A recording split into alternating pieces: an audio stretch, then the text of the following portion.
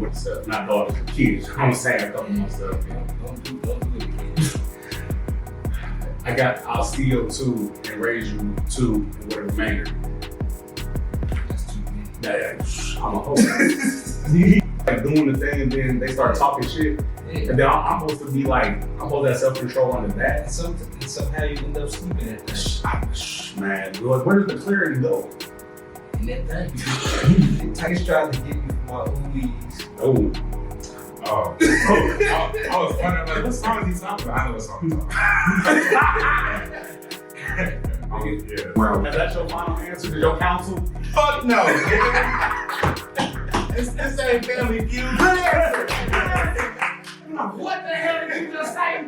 It's Hester's camera. What Let's look at it. So we here and Nigga, we got nigga, it. up. I do everything at the highest fucking level. Holla at you.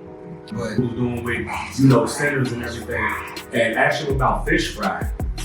Damn, we was talking about black people. This nigga want to talk about a 4-year-old song that we don't even care about no more. black people love fish fry. That's beside the point. My point. Yo, what's going on, people? It's H, you motherfucking guy. Don't forget the motherfucker. And we're here today with an exclusive interview with 2 of my favorite, arguably the best artists in the city. We have the pleasure of having my man Swooty and my favorite DJ on Keisha, Devin Burgess. How we doing today, guys? I'm wonderful. That's good. You look wonderful. Good. I appreciate that. I did my facial routine today. It's showing. You look very healthy. Real beautiful, real silky smooth out there. Yeah, I can tell. Now you better watch it now. I'm chasing hoes out there. I'm retired. Nah, But I ain't that converted. So that's my line. man. Now I hear about Devin Burgess in the clubs in the Caspians and Hall. They hear about Devin Burgess in the club. Cause bitch, I don't even be in the club. What the fuck? That's what I'm saying. It's just whispers. You know what I'm saying? Whispers. Okay. Whispers. So, real quick, guys, we just here to we're gonna talk about you as an artist. Kind of what projects you're working on, traditional things, and then we're gonna talk about last week's festivities, if you will. We're gonna talk about that class fest. So, we're gonna start with my man Swooty right here. First off, how you doing today? Like how you really feeling? I'm good. I'm tired. I just had 2 shots of Woodford and I ate half a steak Oh, and some mashed potatoes. So I'm good. the itis sounds like it's right around the corner. Yeah, I got work at 5 o'clock in the morning. So. Well, we appreciate you being out. Yeah, I mean, we're gonna get right to it. So, But no, I really do feel good though. that's good. I'm glad that you're in good vibration. So we know a little bit about the artistry, but what do you do when you're not in the booth, when you're not cooking up your latest track? What are you up to? What occupies your time? I go to work, I go home, and I be a dad. Fair enough. How many kids? I have 2 daughters. Oh man, that's a blessing. I got a couple myself. Not daughters, but kids. I'm saying a couple myself. Don't do it again. I'll steal you 2 and raise you 2 and with the remainder. That's too many. I'm a hoe. I'm a hoe. I try not to, but when you like doing the thing and then they start talking shit, Yeah. and then I'm supposed to be like, I'm supposed to have self-control under that. And somehow you end up sleeping at that. Man, where does the clarity go? In that thing. That thing deadly, you know what I'm saying? That thing deadly. Listen, we'll say that for another podcast. Because it's dark. You know what I'm saying? On top of that thing. All right, best. So, as a parent now, as a father of 2 girls, how do you feel any kind of like responsibility in terms to your artistic process? Do you think to yourself, maybe I'm gonna make something maybe I wouldn't want my daughter to hear at a certain age or anything like that, or does that ever kind of like cross your mind when you're making music? The first rapper I ever heard and listened to was Too Short, so no. Oh, okay, fair enough. Fair enough. Bitch. Like, don't get me wrong. It's like, as far as like content goes, it's like certain things that I talk about, like being a dad, baby mama, drama, stuff, just regular everyday struggles in life. But I don't do that because I want my kids to hear a certain thing. Right. I make what I feel, and then hopefully they like it. Hopefully they think their dad is a terrible rapper, but we'll figure that out. Yeah. When they can understand what I'm talking about. I mean, what do you think that conversation? I don't know. I guess do you have like have you ever thought about like when we're up there old and gray and they living their life and they're independent, they come back and say, Dad, what was this? You got like something like that where maybe they're gonna be like, what the was you on when you made this? Probably the outro of Bad Dancing. But I can explain it. You said you still got receipts for everything. Niggas tried to get me for my oolies. Oh. Oh. I was wondering, like, what song is he talking about? I know what song he's talking about. Niggas tried to get me for my oolies and I wasn't going. Cause you know how you got a bag of chips and niggas like, Yeah. let me get a chip. And it wasn't no let me get a chip type of bag. You feel me? Yeah. Yo, chip. My chips. Period. Plural. In my oolies. Yeah. But we was in Atlanta for like a week-ish. I was high on shrooms and I made the outro to my album. It was like 2 years ago. 3 years ago. Yeah. 2 years ago. I mean, shit, time is relevant. So I appreciate sharing that. So in regards to, projects, I guess what is the latest project that the people, can look forward to receiving from? Bad Dancing. Bad Dancing, okay. And what went into that? What was your motivation behind producing that? The initial idea was a spin-off of Function. The whole I Can't Dance But I Can Feel Good. I love it. I love that. But Bad Dancing is just about being bad at relationships. Heard. I don't know how else to go until you listen to it for real. Yeah. But it's just like the the highs and lows of whatever love is to me.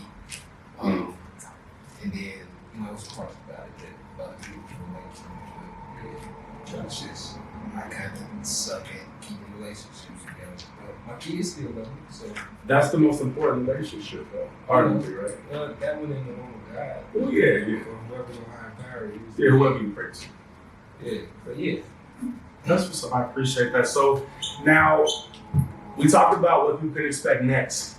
Have you made your favorite track yet, or do you think that's still something that you're working on? My favorite track would be the last one that I made until I made the next one. I feel that. That's a really good place to put it. Because I know we were talking about, you talked about Can't Dance so Fucking Good. I remember we was out there trying to sell some coochie at the Cloud Fest. You want to try it? We sold out. We did no, I did not because apparently I ain't have enough. I ain't have enough. No. I did sell some coochie.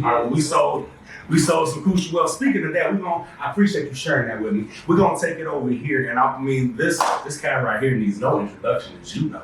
I mean, You can give me one. I mean, making his way to the ring from Cincinnati, Ohio, weighing in an undisclosed weight because he about that life. He is the #1 producer in the state of Ohio. Ladies and gentlemen, your favorite auntie, Devin Burgess. Keisha, how we doing today? Good seeing you, man. So listen, I just want to speak. I don't know if people know that. I don't know if you remember how we met? Was it in that big ass log cabin? Yeah, it was in the big ass log cabin. Yeah, big ass log cabin. So I just want to say for the record, like when we met, it was really walking in blind. But from day one, he pulled up to the table, rolled up, sparked it to my left, and he just been cool ever since. So I just want to say, for the record, I have no ill will to say anything about my favorite auntie Keisha. She's one of my favorite producers, and he's been down ever since. So that being said, I just wanted to shout you out and say I appreciate that. Because it's real, you know what I'm saying? And then, ever since then, man, I've had the chance to see you perform. Actually, you and Swooty perform, but I just see you perform a whole bunch, man. We just had Tropics drop not that long ago. Let's talk about the music. How we feeling musically? First off, fuck that. How are you feeling today? I'm feeling pretty good, man. I just came here off of a session, so niggas is still in the productive mode, and that's why we here today, being productive. Absolutely. I ain't got no complaints. I'm blessed. Man, listen, this shows. So let's talk real quick about what's the latest track? What is the latest thing I guess we're working on for the people that you're cooking up right now? I wish I had a name for you, but I'm supposed to be dropping an EP next month. I've been dropping every month this year so far to lead up to this. Hell yeah. I'll have a name for that probably after this is over. Not like immediately, but like when after this is over. Well, I mean, you got the first drop exclusive here, so when the name come, we dub it up here. I'm saying there we go. that's okay. So I appreciate that. So working on this, what is your?